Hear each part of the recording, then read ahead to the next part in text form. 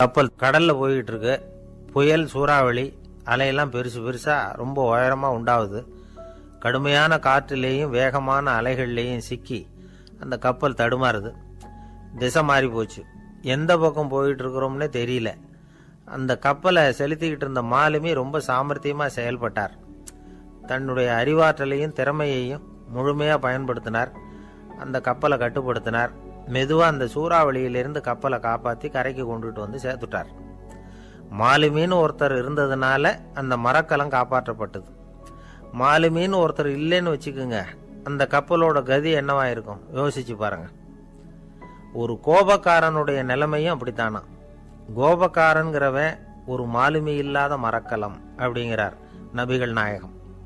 கொந்தளிக்கிற கடல்ல கொடுமையான அலைகளின் உச்சியில அல்லல் படுகிற மரக்கலத்தை விட மோசமானது கோபக்காரனின் நிலைமை அப்படிங்கிறது அவருடைய கருத்து. அது மாதிரி இதுன்னு சொல்லல, அதை விட மோசம் இது அப்படிங்கிறார். ஏன் தெரியுமா? ஒரு கப்பல் கடல்ல தடுமாறுனா அதை சரிப்படுத்த மாலுமி இருக்கிறார். அவர் தன்னுடைய சாமர்த்தியத்தினால அதை கட்டுப்படுத்தி சரியான வழிக்கு கொண்டுட்டு வந்துருவார். ஆனா கோபக்காரனுடைய நிலைமை அப்படி இல்லை அப்படிங்கிறார் நபிகள் நாயகம். மனித மனம் ஒரு மரக்கலம், அறிவு அதுல இருக்கிற மாலுமி. மாலுமி மரக்கலத்தை செலுத்துறான், அவனுக்கு கட்டுப்பட்டு அது ஓடுது. ஆனா கோபக்காரன்கிற மனுஷங்கிட்ட அறிவுங்கிற மாலுமி சரியா வேலை செய்ய மாட்டான். ஏன்னா கோபம் அந்த மாலுமியின் கண்களை அவிச்சிரும், காதுகளை கேட்காம பண்ணிவிடும். கண்ணையும் காதையும் மூடிவிட்டு கப்பலை ஓட்டுனா எப்படி ஓட்டுறது? அதனால கோபக்காரன் மாலுமி இல்லாத மரக்கலம். இடி மின்னல்ல மாட்டிக்கிட்டு கஷ்டப்படுற கப்பல் மாதிரி கஷ்டப்படுறான். பெரியவங்கள்லாம் என்ன சொல்றாங்க? உனக்கு கெடுதல் பண்ணவனுக்கும் நீ நன்மையை செய், எவருடைய விருப்பு வெறுப்பையும் பொருட்படுத்தாதே. பரம எதிரிக்கும் நீ நன்மை செய்ய ஆரம்பிச்சா உன்னுடைய தூய நிலையை பார்த்துட்டு அவனும் உனக்கு நெருக்கமான நண்பனா ஆயிடுவான். இதுதான் பெரியவங்க நமக்கு சொல்லி இருக்கிறது. புனித குர்ஆன் சொல்றது என்ன? தீமையை நன்மையை கொண்டே நீர் தடுத்து கொள்ளும் அப்படின்னு சொல்லப்பட்டிருக்கிறதுல. இன்னா செய்தாரை ஒருத்தல் அவர் நாண நன்னயம் செய்து விடல் அப்படிங்கிறார் திருவள்ளுவர். செல்வந்தர் ஒருத்தர்கிட்ட ஒரு சிறுவன் ஆடு மேய்ச்சிக்கிட்டு இருந்தானா. பெரியவர் அவனை கூப்பிட்டு, நீ நேரா போய் ஒரு ஆட்டுல உள்ள ரொம்ப நல்ல பகுதி எதுவோ அதை எடுத்துக்கிட்டு வா அப்படின்னாரான். இவன் போனான். ஒரு ஆட்டு உடம்புல இருந்த நாக்கு, இருதயம், இது ரெண்டையும் எடுத்துக்கிட்டு வந்து கொடுத்தானான். பெரியவர் வாங்கி பார்த்தார். அதுக்கப்புறம் இப்ப நீ போய் இன்னொரு ஆட்டுல இருக்கிற ரொம்ப கெட்ட பகுதி எதுவோ அதை எடுத்துட்டு வா அப்படின்னாராம். இவன் போய் எடுத்துட்டு வந்தான். அவன் கையில் இருந்தது மறுபடியும் அதே மாதிரி நாக்கு, இருதயம், இது ரெண்டும் தான்.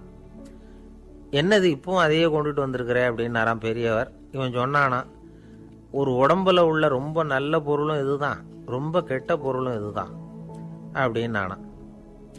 இளம் வயசுல இப்படி பதில் சொன்னவர் தான் பேரறிஞர் லுக்மானுல் ஹக்கீம் அவர்கள். கோபப்படாம இருந்தா இது ரெண்டும் நல்லா வேலை செய்யும், கோபப்பட்டா இது ரெண்டும் மோசமா வேலை செய்யும். அதை புரிஞ்சுக்கிறதுக்காகத்தான் இன்னைக்கு இந்த தகவல். கோபம் வந்துட்டா நாம என்ன செய்யறோங்கிறது நமக்கே தெரியாது. ஒருத்தர் டாக்டர் கிட்ட போனார் அவசரமா. டாக்டர், எனக்கு இப்ப கடுமையான கோப வெறி, எனக்கு கண்ணு மண்ணு ஒன்றும் புரியல, உடனடியாக அதை கட்டுப்படுத்தணும், உடனே இதுக்கு ஏதாவது ஒரு மாத்திரை கொடுங்க ப்ளீஸ் அப்படின்னார். அந்த டாக்டரும் உடனே ஒரு மாத்திரையை கொடுத்து, இதை உடனே போடுங்க, நான் தண்ணி கொண்டுட்டு வரேன்னு உள்ள போனார். தண்ணியோட திரும்பி வந்தார். இவரு சொன்னார், டாக்டர், நீங்க கொடுத்த மாத்திரை ரொம்ப பெருசா இருந்தது, இருந்தாலும் கஷ்டப்பட்டு முழுங்கிட்டேன்னார். டாக்டர் சந்தேகத்தோட மேசையை பார்க்கிறார். பார்த்தா மாத்திரை அங்கேயே இருக்குது, பேப்பர் வெயிட்ட காணல.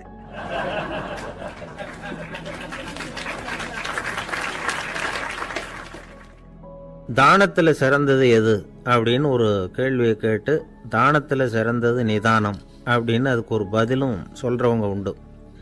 நிதானம் ரொம்ப அவசியம், அதுவும் இன்றைய உலகத்துக்கு ரொம்ப அவசியம். இன்னைக்கு உலகம் ரொம்ப பரபரப்பா போய்கிட்டு இருக்குது. பொறுமையா இருக்கணும்னு நினைக்கிறவங்களால கூட அப்படி இருக்க முடியறதில்ல.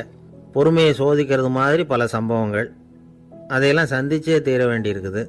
எங்கே போனாலும் கியூவில் நிற்க வேண்டியிருக்குது, எங்கே போனாலும் காத்துக்கிட்டு இருக்க வேண்டியிருக்கு. ஆஃபீஸ்லேயோ வீட்லேயோ கூட நீங்கள் நிதானமாக பொறுமையாக நடந்துக்க தெரியலன்னா உங்களுக்கு சிடுமூஞ்சி, முசுடு இப்படிலாம் பேர் வச்சுருவாங்க. அது உங்களுக்கு தேவையா? சரி, வாழ்க்கையில் வந்து பொறுமைசாலின்னு பேர் வாங்கிறதுக்கு என்ன வழி?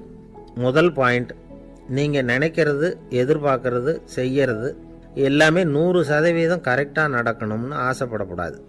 எதுவாக இருந்தாலும் அதில் ஓரளவுக்கு தவறு நடக்கலாம் அப்படிங்கிறத எதிர்பார்த்தே இருக்கணும். ஓரளவுக்கு வந்து அதை அனுமதிக்கணும். ஒரு நண்பரை வந்து 6 மணிக்கு ஒரு இடத்துக்கு வர சொல்லியிருக்கிறீங்க, 6 மணிக்கு அவர் வரலை, உடனே பொறுமை இழந்து நடந்துக்கக்கூடாது. ஒரு 10 நிமிஷம் டிலே ஆகலாம். ஒரு வர்ற வழியில் வந்து பஸ்ஸு கூட ஏதாவது டிராஃபிக்கில் மாட்டியிருக்கலாம். அதெல்லாம் எதிர்பார்த்தே கொஞ்சம் காத்திருக்கிறதுல ஒன்றும் தப்பு இல்லை. சில சமயம் டிலே ஆகிறது கூட நல்லதாக முடியும். ஒரு பஸ்ஸை தவற விட்டுட்டு ஐயோ கொஞ்சம் ஒரு 2 நிமிஷம் முன்னாடி வந்திருந்தா பிடிச்சிருக்கலாமே அப்படின்னு தவிச்சிக்கிட்டு இருப்பாங்க சில பேர். அடுத்தபடியாக வர்ற பஸ்ஸு நேரடியாக நீங்கள் போக வேண்டிய இடத்துக்கே கொண்டு போய் விடுற பஸ்ஸாக கூட இருக்கலாம். அது உங்களுக்கு முன்னாடி தெரியாதுல்ல. சில நெருக்கடியான சூழ்நிலைகளை வந்து தமாஷா எடுத்துக்கிறதுக்கு பழகிக்கணும்.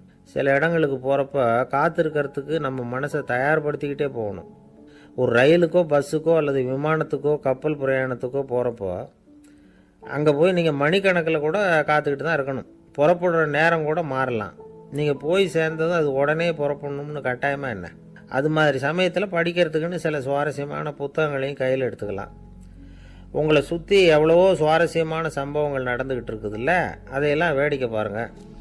எதுக்காக காத்துக்கிட்டு இருக்கிறோமோ அந்த காரியத்தில் உண்மையாகவே நமக்கு ஒரு அக்கறை இருந்தால் நமக்கு போர் அடிக்காது. சில கோயில்களில் பார்த்துருப்பீங்க, தரிசனத்துக்காக பக்தர்கள் நாள் கணக்கில் காத்துக்கிட்டு இருப்பாங்க. அவங்களெலாம் அழுத்துக்கிறது இல்லை. ஆண்டவனை தரிசிக்கணுங்கிற உண்மையான அக்கறை இருக்கிறதுனால அவங்களுக்கு போர் அடிக்கிறது இல்லை.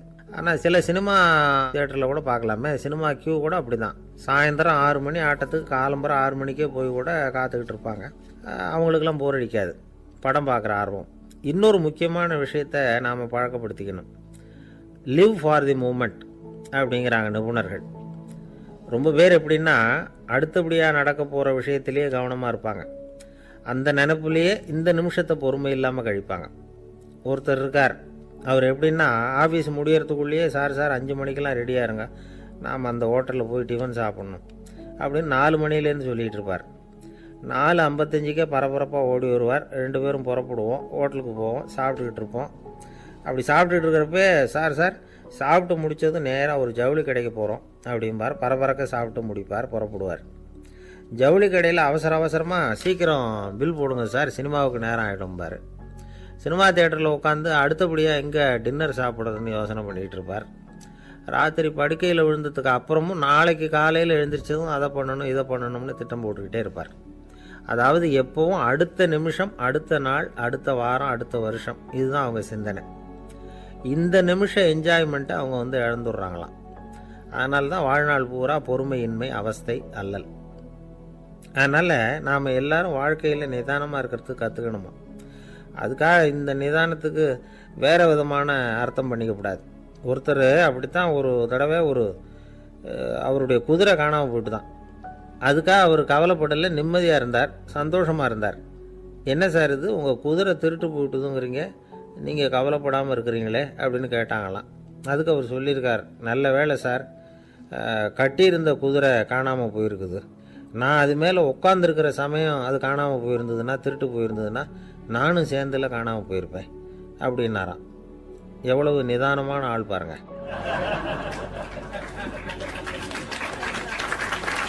ஒரு பெரிய பணக்காரர் ஒரு துறவிகிட்ட போய், சாமி என்கிட்ட நிறைய பணம் இருக்குது, இருந்தாலும் நிம்மதி இல்லை, என்னால் நிம்மதியாக இருக்க முடியல, என்ன காரணம்னு கேட்டாராம்.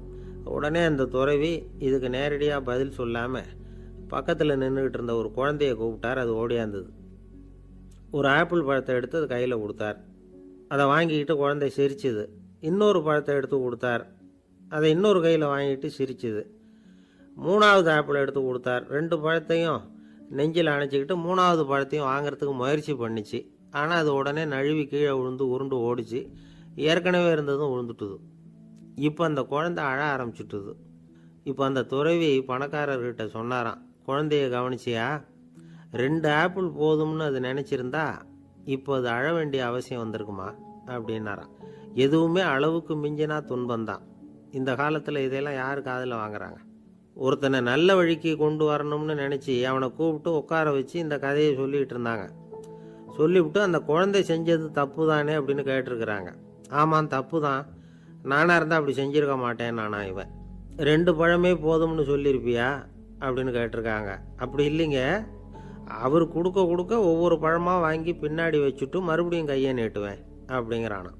இவெல்லாம் எந்த காலத்தில் திருந்துறது?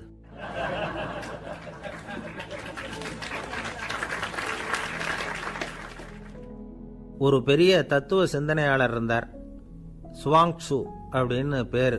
அவருடைய மனைவி ஒரு நாள் திடீர்னு காலமாயிட்டாங்க.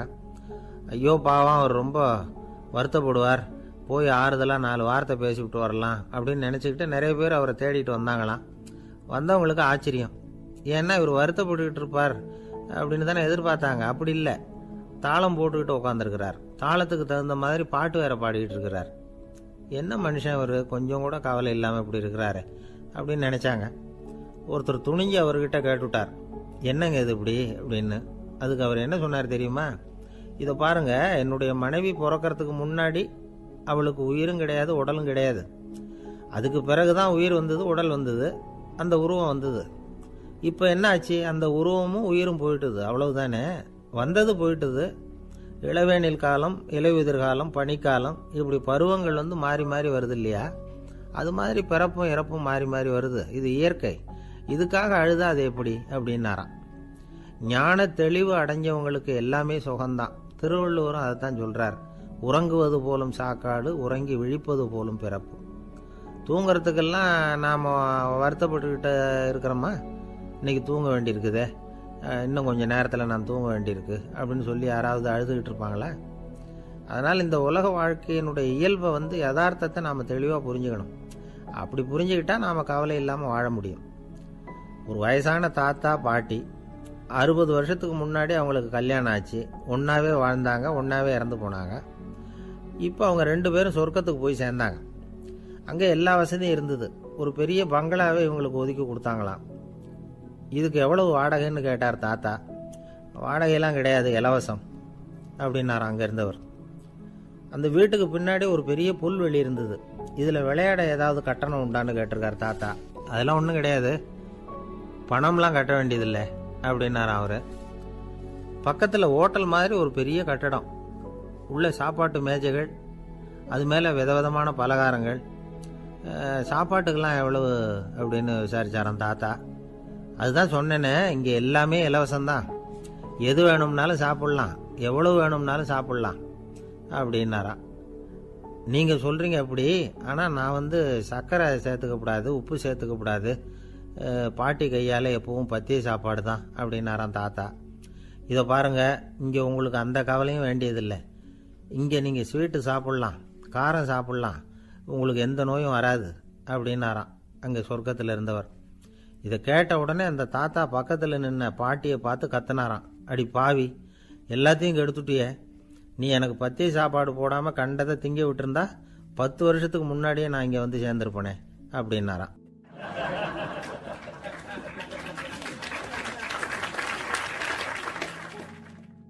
ஒரு சன்னியாசி, அவர் ஒரு நாள் ஒரு கனவு கண்டாராம். அந்த கனவில் அவர் சொர்க்கத்துக்கு போகிறார். அங்கே ஒரு பெரிய திருவிழா நடந்துக்கிட்டு இருக்குது. எங்கே பார்த்தாலும் அலங்கார வளைவுகள், வண்ணமயமான விளக்குகள், பாதைகள் பூரா மலர்கள், எல்லா கட்டடங்களும் ஒளிமயம். அவ்வளவு கோலாகலமாக பிரம்மாண்டமாக அந்த திருவிழா நடந்துக்கிட்டு இருக்குது.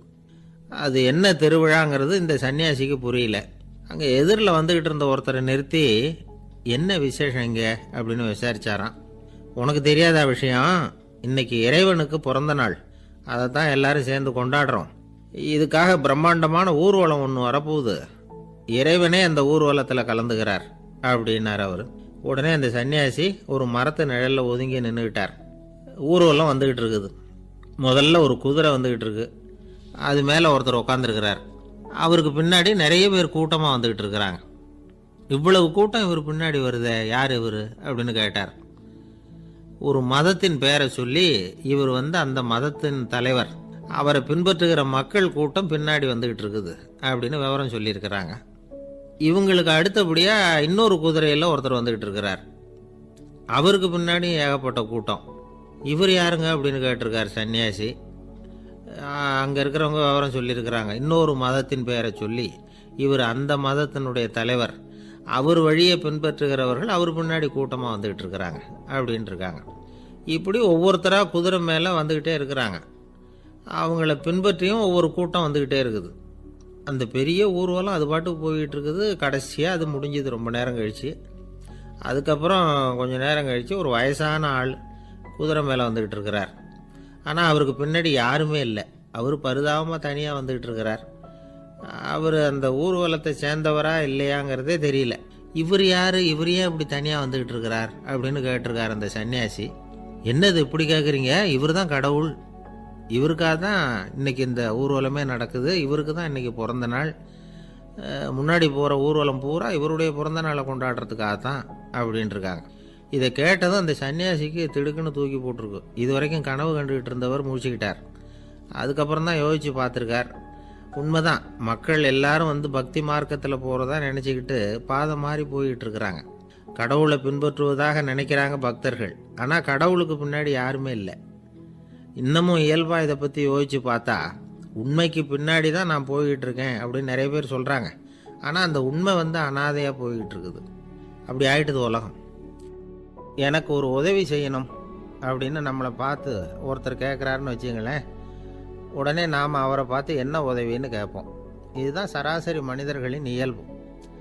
ஆனால் ஒருத்தர் எனக்கு ஒரு உதவி செய்யணும் அப்படின்னு கேட்ட உடனே என்ன உதவின்னு கூட கேட்காம சரி செய்கிறேன் அப்படின்னு ஒத்துக்கிறது இருக்கு பாருங்கள், அது கொஞ்சம் அபூர்வம்.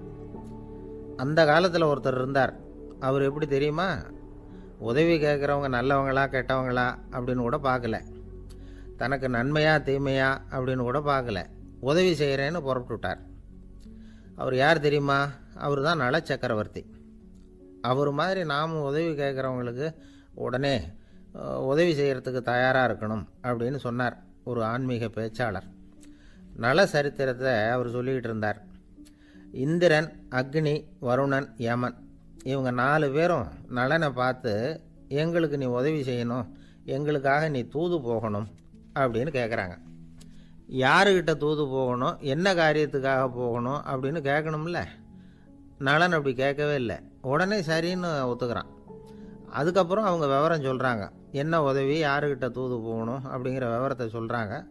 நலனுக்கும் அப்புறம்தான் புரியுது, எந்த தமயந்தியை இவன் காதலிச்சானோ, எந்த தமயந்தின் சுயமரத்துக்காக இவன் போய்கிட்டு இருக்கிறானோ அந்த தமயந்தியை பார்த்து தங்களுக்காக அவகிட்ட வாதாடணும், பேசணும், தங்களில் ஒருத்தரை கல்யாணம் பண்ணிக்கும்படியாக கேட்கணும் அப்படின்னு அவங்க 4 பேரும் நலன்கிட்ட கேட்குறாங்க. இதை கேட்டதும் நலன் கொஞ்சம் கூட முகம் சுளிக்கலை, பதட்டப்படலை. நேராக தமயந்தி கிட்ட போகிறான். இந்திரன், அக்னி, வருணன், யமன் இவங்களோட சிறப்புகளை எடுத்து சொல்கிறான். இவங்களில் ஒருத்தரை கல்யாணம் பண்ணிக்கலாம் அப்படின்னு சொல்லி கேட்டுக்கிறான். ஆனால் இதுக்கு தமயந்தி சம்மதிக்கலை. சுயம்வரம் நடக்குது, அவள் வந்து நலனை வந்து தேர்ந்தெடுக்கிறான். அந்த 4 பேரும் நலனுக்கு வந்து நிறைய வரங்கள்லாம் கொடுக்குறாங்க. அதுக்கப்புறம் இப்படி போகுது கதை.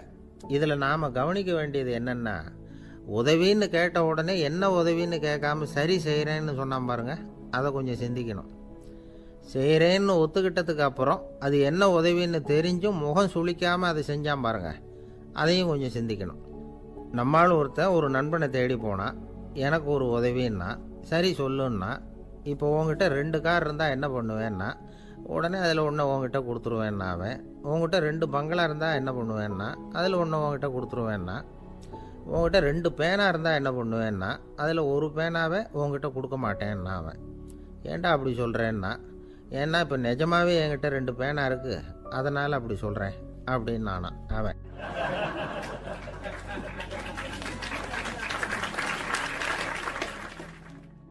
ரொம்ப பேருக்கு கூட்டத்தில் பேசுறதுன்னா பயம். நமக்கு ஒன்றும் தெரியாதுன்னு மற்றவங்க நினச்சிடக்கூடாதுங்கிற எண்ணம் தான் இதுக்கு காரணம். ரொம்ப முக்கியமான ஒரு கூட்டம்னா பயம் அதிகமாக இருக்கும். முக்கியமானவங்கள்லாம் வருவாங்களே, அவங்களாம் நம்மளை பற்றி மட்டமாக நினச்சிருவாங்களே அப்படிங்கிற பயம் வந்துடும். ஆனால் மேடை பேச்சுங்கிறது அவ்வளவு கடினமான ஒரு காரியம் இல்லைங்கிறாங்க அது சம்பந்தமான நிபுணர்கள். யாரும் பேச்சாளர் ஆகலாம், இது ஒன்றும் பெரிய கிஃப்ட்டு கிடையாது அப்படின்னு அவங்க சொல்கிறாங்க. நீங்கள் ஒரு சிறந்த பேச்சாளர் ஆகணுமா அப்படின்னா அதுக்குன்னு சில ஆலோசனைகளை சொல்லி வச்சுருக்கிறாங்க அனுபவசாலிகள். முதல் ஆலோசனை என்னென்னா, உங்கள் பேச்சு வந்து எளிமையாக இருக்கணும். ஏதாவது ஒரு கருத்து அல்லது 2 கருத்து சொன்னால் போதும். 20 அல்லது 30 கருத்துக்களை சொல்லிகிட்டே போகக்கூடாது. ரெண்டாவது ஆலோசனை, நீங்கள் என்ன பேச போகிறீங்கிறது முதல்ல உங்களுக்கு நல்லா புரியணும். அதுக்கப்புறம் தான் அதை அடுத்தவங்களுக்கு புரிய வைக்க முடியும்.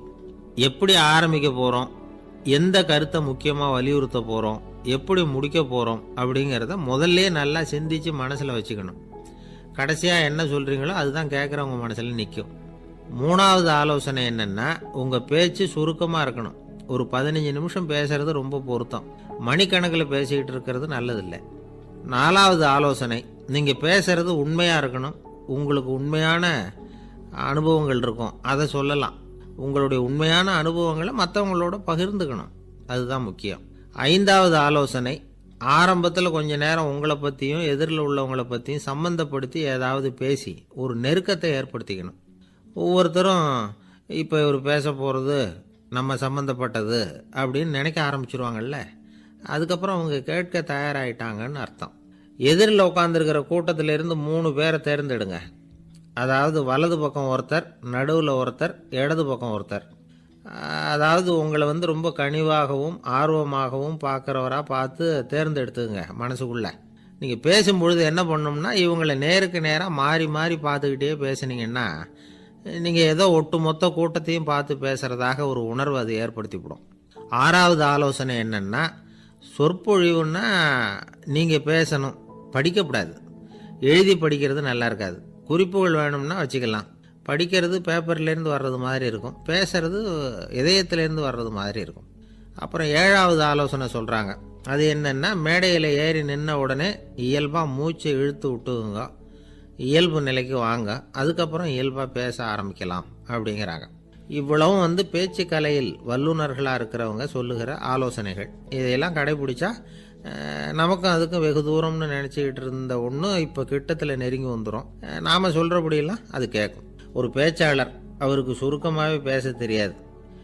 மேடையில் ஏற்றி விட்டுவிட்டா போதும், ஆரம்பிச்சிருவார், நிறுத்த மாட்டார், பேசிக்கிட்டே இருப்பார். ஒரு தடவை அவர் ஒரு கூட்டத்தில் ரொம்ப நேரம் பேசிக்கிட்டே இருக்கிறார். எதிரில் பொறுமை இழந்த ஒருத்தர் தன்னுடைய கை கடிகாரத்தை காட்டினார். அதை கவனித்த பேச்சாளர், மன்னிக்கணும், கை கடிகாரம் நான் கொண்டுகிட்டு வர மறந்துட்டேன், அதுதான் நேரம் போனதே தெரியல அப்படின்னு சொல்லியிருக்கிறார். இதுக்கு அவர் சொன்னாராம் கோபமாக, ஏய்யா கடிகாரத்தை தான் பார்க்க முடியல, மறந்துட்டேன், பக்கத்தில் மாட்டியிருக்கிற